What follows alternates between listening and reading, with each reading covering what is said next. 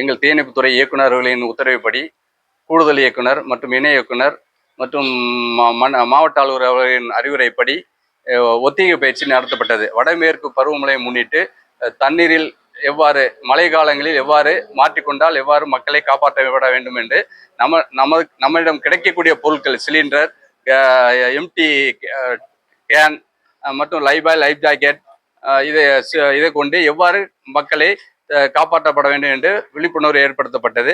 இது சுமார் ஒரு 100 பொதுமக்கள் கலந்து கொண்டார்கள். இதில் எல்லாரும் விழிப்புணர்வு பெற்று பயனுள்ளதாக அமைஞ்சதாக சொல்லி சென்றார்கள். தப்பித்துக் கொள்ளலாம். தண்ணீரில் இருந்து இருக்கிற பொருள் வாட்டர் கேன், கேஸ் சிலிண்டரு, இந்த ஆயில் கேன், இந்த மாதிரி எவ்வாறு நம்மளை காப்பாற்றிக் கொள்ளலாம் என்கிறத ஒரு போலி ஒத்திகை பயிற்சிக்காக தமிழ்நாடு தீயணைப்புத்துறை சார்பாக தமிழ்நாடு முழுவதும் நடத்தி கொண்டிருக்கிறோம். முன்னெச்சரிக்கை நடவடிக்கையாக அதை கொஞ்சம் எல்லாரும் சேர்ந்து தெரிந்து கொள்ளவும். போலி ஒத்திகை பயிற்சிக்காக வருகை தந்துள்ள வருவாய்த்துறை அலுவலர்களும் மற்றும் தொலைத்தொடர்பு செய்தியாளர்கள் அனைவரையும் வருகை மீட்பு பணிகள் துறை நிலைய அலுவலர் மற்றும் பணியாளர்கள் சார்பாக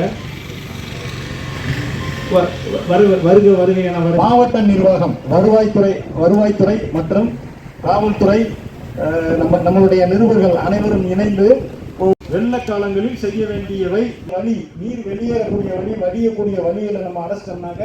அதில் வைக்க வேண்டும்.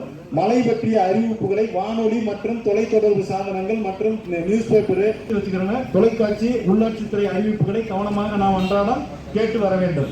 அவசரகால பெட்டகம் ஒன்றை தயாரித்து செய்து வைக்க வேண்டும். அதில் சுத்தமான குடிநீர், மின்சார வாரியம் போன்ற உள்ளூர் அலுவலர்களின் தொலைபேசி மற்றும் கைபேசி எண்கள், நிருபர்களுடைய பத்திரிகை நிருபர்களுடைய கைபேசி எண்கள் ஆகியவைகளை தெரிந்து வைத்திருக்க வேண்டும்.